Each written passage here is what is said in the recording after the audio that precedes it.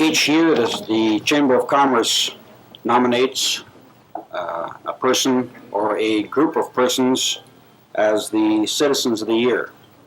We have done so again this year, and to make the award, we've asked John Robinson to come forward, please.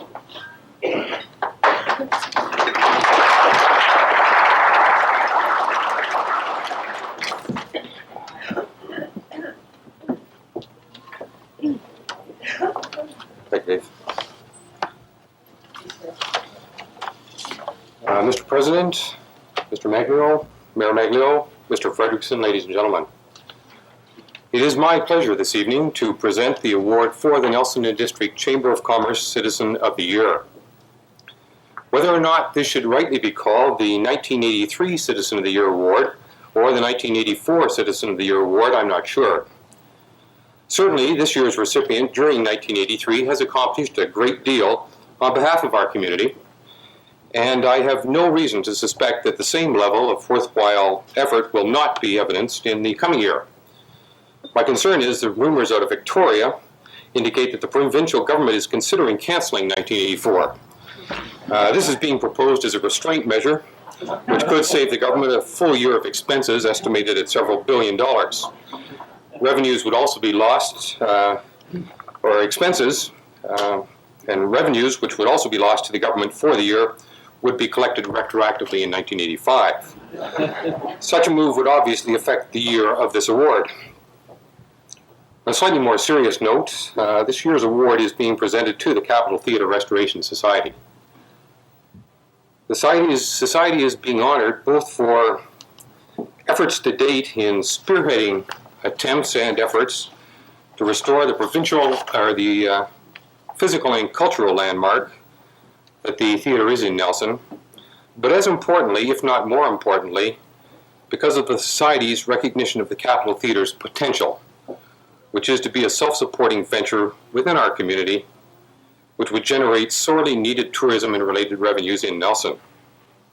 Mr. Pat Sainsbury, the president of the Capitol Theatre Restoration Society, originally on Friday informed me that his acceptance speech was going to be about 8 minutes long.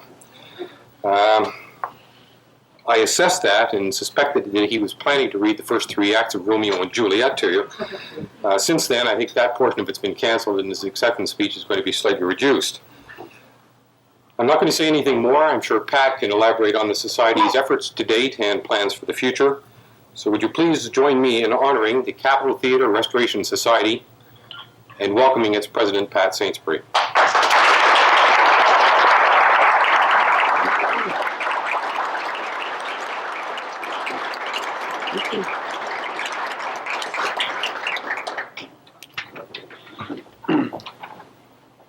Pat, first a certificate of appreciation. It reads, presented to the Capitol Theatre Restoration Society on behalf of the citizens of Nelson, British Columbia, in recognition and appreciation of outstanding community service. It's dated at Nelson today and signed by Bruce Melbourne, President of the Nelson Chamber of Commerce. And secondly, a cheeseboard plaque presented to the Capitol Theatre Society, Citizen of the Year Award for 1983, presented by the Nelson District Chamber of Commerce.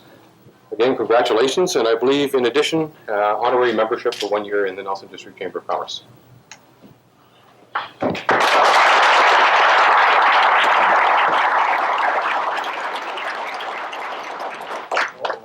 I'll trot out my little papers now. Actually, I did intend 3 acts from Romeo and Juliet, but I've since modified that to Dickens' entire works, A Tale of Two Cities. I'll try to be serious tonight. When I was actually over at the Chamber of Commerce about a week and a half ago doing some hustling on behalf of the Society, and Phil Pearsall informed me that this great honor had been bestowed upon the Capitol Theatre Society. And first of all, I'd like to thank the Chamber on behalf of the Society for the honor that you have bestowed upon us. And I think it's just as much a recognition of the work that we've done this year, and hopes that we will keep it up for next year. And awards like this will definitely keep our enthusiasm up to make sure that we will complete the building as scheduled. When Phil did inform me that this award was going to be conferred, I thought it was somewhat premature because I still think of the theater as being, or the Capitol being a theater of the mind rather than a theater in reality. And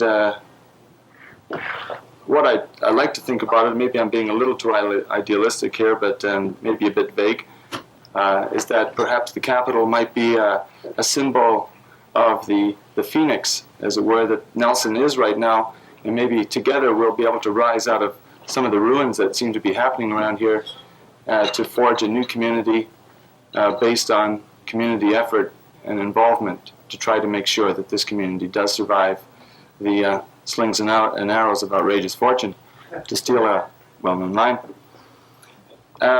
When I was asked, this is not an entirely original idea on my part to restore the Capitol. There have been several attempts to do just this very thing, and various difficulties have confronted previous groups in the past. And when I was considering this idea about 2 years ago now, some thoughts did come to mind when people were asking me why we should attempt to do this sort of thing. And I borrowed some lines from a fairly well-known piece of work from about 100 years ago now that would perhaps give you an idea of my feelings about why the Capitol could be restored. And if you'll permit me to go on these lines, I'll pass them along to you. The man said, "It was the best of times, it was the worst of times. It was the age of wisdom, it was the age of foolishness. It was the epoch of belief, and it was the epoch of incredulity. It was the season of light, it was the season of darkness. It was the spring of hope and the winter of despair. We had everything before us, we had nothing before us. We were all going straight to heaven, and we were all going straight to hell." And I think that sums up the atmosphere that I felt was present in Nelson a year ago, and I think it's still present today, considering some of the things that we're going through within the community. With those thoughts in mind, I thought at the time, what better time to raise a derelict building from the destiny of becoming a parking lot in the middle of town to a point where it would once again become a place of light and color, of costume and speech and music, and indeed a place for the celebration of life. And that's the kind of feeling that we have about the Capitol. And I don't know why I'm choking up like this, but I'll try to take a breath. The lady sitting beside me said I should have had a couple of more stiff belts before I came up here, and I think maybe she was right. In any case, in Nelson, I don't think I'm saying anything original, but I think that many of us feel that Nelson is in trouble. Many of the things that were responsible for the founding of Nelson are no longer here. Not to harp on a point, but the recent threat of closure of David Thompson University Center is one of those things that made Nelson unique. And I think that what the Capitol Theater Society represents is a group of people who feel that there is some strength within the community. Here is a center that could be raised, it is necessary here in town, and we feel that the resources are present here in town to make the Capitol come to life again, to bring it back to what it once was. Moving right along, to think that I don't think we should prejudge all of the government, various levels of government that make their presence known here within the community. Even the provincial government, as much as they seem to be criticized in the paper these days, together with the municipal government and the federal government, have recognized the Capitol Theater project within the community to a sum totaling some $180,000. Most of this money has been used to create jobs and to the purchase of goods and services within the community. There is one, I'm not trying to engage too much on a plug here for the theater. I know that that's considered to be somewhat tacky. However, my friends, if I can still call them that after tonight, have on their table brochures and pledge cards for the Capitol Theatre. You're very welcome to take them home with you and give them some serious thought. But to give you an idea what is available to us, the federal government has